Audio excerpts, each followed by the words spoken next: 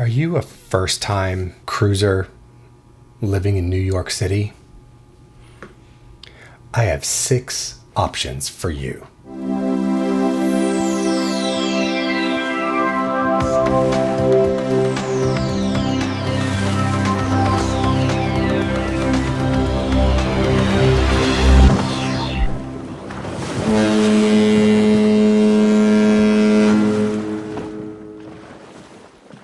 Hey everyone, welcome to This is the Cruise. I'm Clint and I love talking about cruises and cruise itineraries. And on this channel, we find out if this is the cruise for you. I was talking to a friend recently who lives in New York City, and she mentioned that she would love to go on a cruise. She's never been on a cruise, but she wasn't really sure about what to pick, what mattered, what she could get. So I thought, I'd take a look and see what I could come up with. First, I eliminated short cruises. I didn't want to do anything less than 6 days. She told me that she also really likes amusement parks. She wanted to be able to be really active on the ship with a lot of activities. Wasn't really interested in anything that may be perceived as stuffy. She's pretty young, and we were thinking, okay, it kind of eliminates Princess, Holland America, Celebrity, because she loves water parks and theme parks, amusement parks. She also wants, entertainment all the time. So if you have ever been on a cruise, I'd love to hear about how you felt the first time you got on the ship. Tell me what ship it was and what feelings you had when you walked around. Was it like what I had when I first got on a ship? Was this bigger than life? Everything was so huge and there was so much to do. The entertainment never stopped, and everything, it wasn't overwhelming, but it was almost overwhelming. And we just couldn't get enough of it, right? So you've got the ship, and it really does, for an itinerary like this, for someone like her, the ship really does matter. So if we take these ships, this type of ship, how can we then maximize the itinerary to get as much out of it as possible? So I immediately thought of kind of your 4 big mainstreams, right? Carnival, Norwegian, MSC, and Royal Caribbean. In looking though, I had to eliminate Carnival really quickly because the only cruise ship that they're cruising out of New York right now is the Venezia, which is a refurbished, remodeled Costa ship. And it has a very Italian vibe. It doesn't really fit the bill. I'm not saying it's not going to be or not really nice, but it's not really suited necessarily for her. So that narrowed it down to Norwegian, MSC, and Royal Caribbean. In looking at what you can do out of New York, it kind of breaks down into 4 categories. We're going to look at 3. There's the Bahama cruises, right? We're going to cruise to the Bahamas and then cruise back. There's Bermuda cruises, cruise over to Bermuda and back. And then there's the Eastern Caribbean cruises, where you cruise down to sort of northeastern Caribbean and then cruise back. Sometimes they blend some of these together, but you can kind of break them down into those categories. The 4th category, which we're not going to be looking at today, is a New England, Canada cruise. Again, not really going to be the vibe that she's looking for. It very well could be an option for you. We have not yet done one of those, though it is on our list of to-do cruises, so we can check it off the box. But you got to think more lighthouses, fall foliage, and that type of experience. Very nice, heavy on enriching and relaxing, but very light on adventure. She is going to be heavy on adventure and less on enriching, kind of medium on relaxation. Okay, so let's start out with the Bahamas. Honorable mention Bahama cruise is on the MSC Meraviglia. It made honorable mention because you can get this for as little as $300 for a 7-night cruise. It cruises down to Port Canaveral, Orlando, then Nassau, then Ocean Key Marine Reserve, and then you spend 2 days cruising back. That's a 1-to-1 stop to sea day or port to sea day itinerary. That's fine. That's not my preferred. I like to see more. I like to see more stops than I do sea days. But what I found out pretty quickly is that in New York, cruising south, you're gonna take a full day to get to where you're going at minimum. So that's a consideration, but this price looked really intriguing.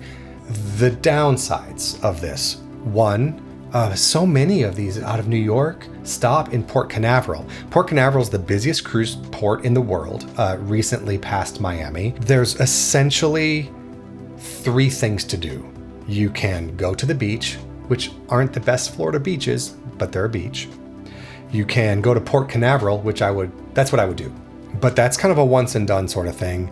And then all the lines say, Orlando, it's the center of all the amusement parks. Well, yeah, okay, Universal, Disney, they all require more than 1 day. And if you get in, many of these get in at noon or in the morning and leave 10 hours later, you have enough time to go into a park or maybe walk around the city outside the park.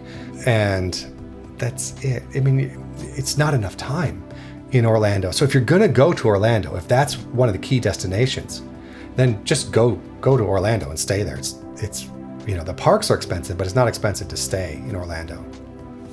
This itinerary, this MSC Meraviglia 7-night, for a score perspective, a variety score of 2.5, a repeatability score 2.5, for a total of 5. That is like middle of the road score. Adventure a 3, and some of that's really coming from what you can do in Nassau and then what you can do at Ocean Key. Enrichment of 2.6, all of that is coming from Ocean Key, really, because that's a great place to learn more about marine life. And I love what they're doing on that island. And a relaxation score of 3. You can relax in Nassau, you can relax in Ocean Key. I guess you can kind of sit out on a beach in the greater Port Canaveral area and relax there too. So, this itinerary is fine. It gets honorable mention. And a lot of it is because it's on an interesting ship with a great price. The one that I would recommend, though, is going to be on any one of these 3 ships: Royal Caribbean's Odyssey of the Seas, Anthem of the Seas, and Symphony of the Seas. These have very similar itineraries to what MSC is doing. They start out in New York, you're going to cruise, you're going to go to Port Canaveral again. You're going to spend a day they call it Perfect Day at Coco Key, so you're going to spend the day there. That's a Bahamas island. Then you're going to spend a day at Nassau, then you're going to spend 2 days cruising back. Again, a 1-to-1 ratio. The ships are maybe more interesting, I think, especially one of these. And given the choice as a first-time cruiser looking for the amusement park, theme park feel, nobody does it like Royal Caribbean, particularly if you're stopping in Coco Key. I mean, the whole island is an amusement park. So this gets a variety score of 2.5, a repeatability score of 2.5, for a total of 5, right? It's the same thing, but you'll notice here now under adventure, we get a 3.25, an enrichment of 1.25. So a bit of a flip, and a relaxation score of 3. They're about the same. These are really similar itineraries. It just comes down to now what we have our options here, price point wise, of about $300 to $400, $500 to $600, $700 to $800, depending on time of year and which ship you're on. So let's quickly take a look at our ship options. I typically wouldn't do this, but for a new cruiser who wants that all-encompassing cruise experience out of New York, these are kind of your options. The MSC Meraviglia, the Royal Caribbean Odyssey of the Seas, this representative of Odyssey and Anthem, are really similar. And then Symphony of the Seas, I know they're different, but they're similar. And then the Symphony of the Seas. And the reason I put these 3 up is because one of these is not like the other. I mean, look at the Symphony of the Seas, how much bigger it is in tonnage. And one of the things I wanted to point out here is, even though they're about the same length, I mean, it gradually gets a little bit longer. What Royal Caribbean does really well here is the crew to passenger ratio, and the space to passenger ratio is just better managed. If we look at the tonnage between the Meraviglia and the Odyssey of the Seas, they're about the same, but you have less than 1,000 fewer passengers with about the same amount of crew. So your ratio is better. Now, yes, the Odyssey of the Seas is essentially 2 years old. And that's not as much of a factor to me. The ships are well maintained. But that ratio is really important. You take a ship that's bigger, like the Symphony of the Seas, you still have fewer passengers than what's on the Meraviglia, but the crew's much larger. Looking at these, you can kind of see like who's going to offer the best ship. I mean, all three of these are going to have that amusement park sort of, the resort sort of feel. And I often refer to these as resort cruises because it's a big floating resort on the ocean. I would cruise on all of these, but the one that, if I was going to pick a ship, irregardless of price, it's going to be the Symphony of the Seas. Okay, so the second itinerary that we could be going on here is a cruise to Bermuda. Bermuda cruises, where Bermuda is the only stop, they're all essentially the same. You have a 5, a 6, a 7 night, depending. And then the better itineraries, the distinction is that most of them will take 1 day to get to Bermuda, spend a few days in Bermuda, depending on how long the cruise is, and then 1 day to get back. Sometimes they will keep you on the ship longer, cut down how much time you spend in Bermuda, and take 2 days to get back. I don't like those. Come on, give me the chance to stay on the island, or let me stay on the ship. What I like about cruising to Bermuda is that, if I spend a day, let's say I do a 6 day, well, I'm gonna have 3 days in Bermuda. So it's a 6-day vacation. It's not too long, it's not too short.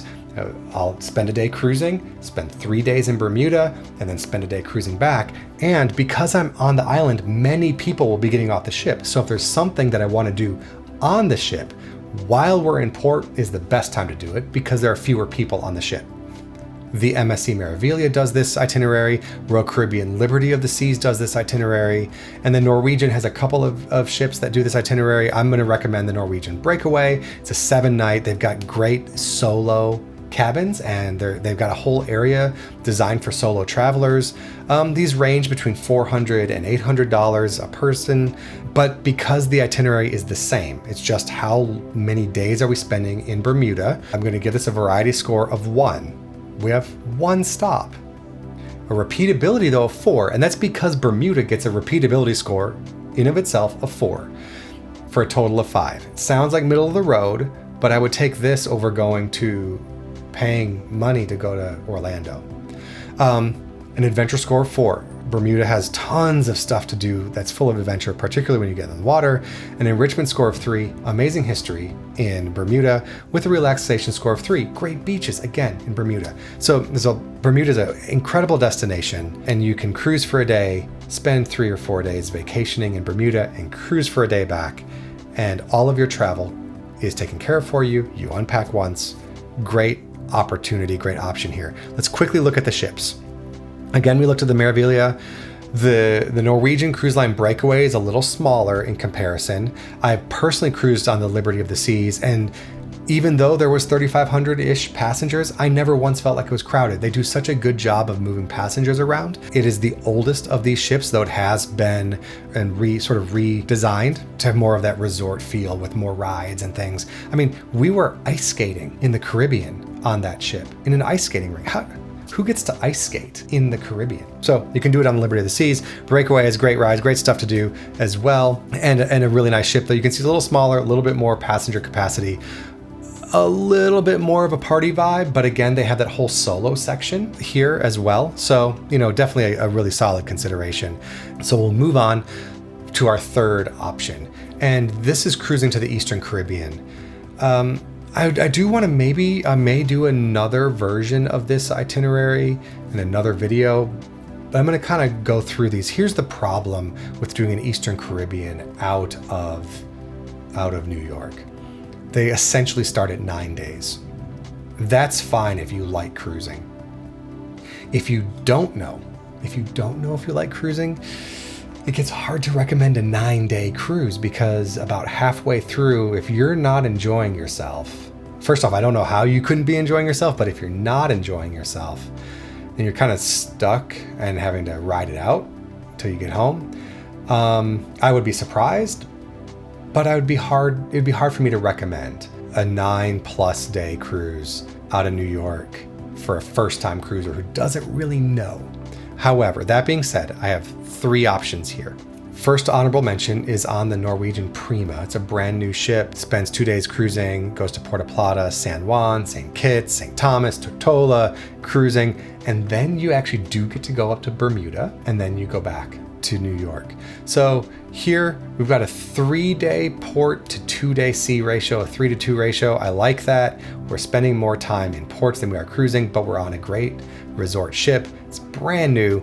So Clint's cruisability score for this one is a variety of 3.5, a repeatability of 3.8, and a total of 6.8. Wait, these have bumped up pretty significantly, right, in total score. And that's because we're throwing in other stops. St. Thomas, St. Kitts are pretty similar. I love them both, but they're relatively similar. Tortola is unique. San Juan is unique. Puerto Plata in Dominican Republic is unique. So that helps, but we do have maybe, half a day at sea too long for this. However, let's talk about adventure. 3.5, enrichment of 3, and a relaxation score of 2.8. Doing good so far. One more honorable mention I'm going to sneak in here. On the Norwegian Gateway, 10 nights. We've reduced the number of nights.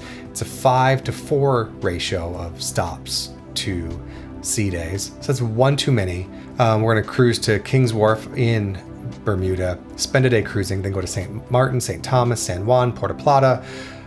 Pretty solid variety, but it's one too many days at sea. And then we're going to spend 2 days cruising home. I would rather the heavy cruising be in the front of the itinerary so I can just have a day, spend it on land, spend a day cruising, and get home. I would invert this itinerary if possible, but let's go ahead and score it.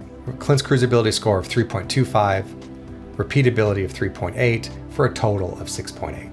Not too bad. An adventure score of 3.5, an enrichment of 3, and a relaxation score of 2.8. I will say, having San Juan, Puerto Rico in here really bumps up the enriching score. It's such a great place to be able to walk around. But what gets the Eastern Caribbean, my pick for Eastern Caribbean? Well, on Royal Caribbean's Liberty of the Seas, there's a 9-night where you cruise again to Bermuda, then you cruise to St. Martin, then to San Juan, then to Labadee, Haiti, then spend 2 days cruising back home. Again, there's one too many sea days here, but I'm going to give this a variety score of 3.5. The reason is that Bermuda, St. Martin, San Juan, Labadee are all so distinct. They're very different places to visit. So I like that from a variety perspective. Repeatability, we take it down a little at 3.25 for a total of 6.8. And then adventure score of 3.25, enrichment score of 2.5, and a relaxation score of 2.75. I do like this itinerary. The price seems pretty reasonable at about $700 a person.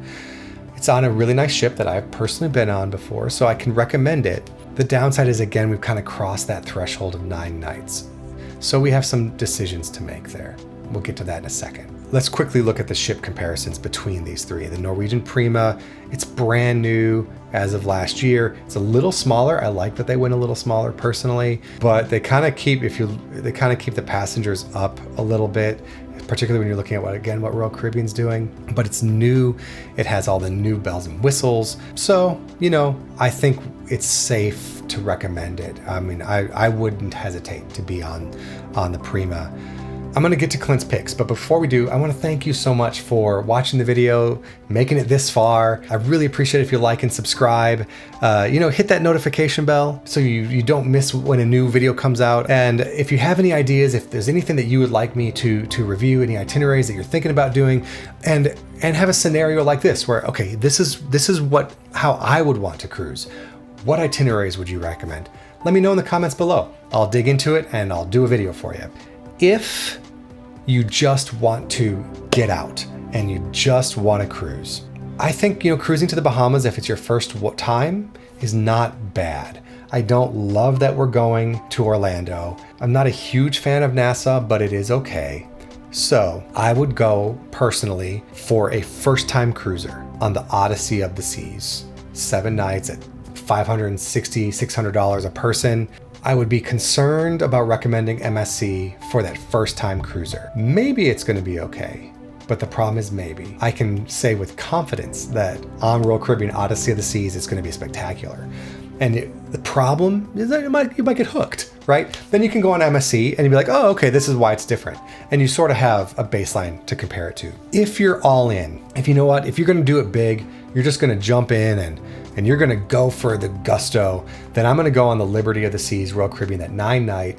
It's just a little bit more money for 2 more nights. You get way more variety, you're getting down to the Caribbean proper, and you're getting some experience there. You're on a great ship with great entertainment, and you're gonna have a great time. Finally, the cruise that I'm recommending for her, though, overall, the one that I'm gonna tell her tomorrow, do this one, in fact, unless she watches this video first, is the Norwegian breakaway for 7 nights that goes to Bermuda. I really like this. I like the experience. I really like that it's going to dock and stay there for the entire time, because then she can get off, have a great time exploring the island. And then if she doesn't want to get off, she can stay on the ship and have fun on the ship. It's a great value. Plus, for a solo traveler such as herself, they have great options for solo travelers on that ship. Thank you so much for watching. I hope you enjoyed it, and we'll see you next time.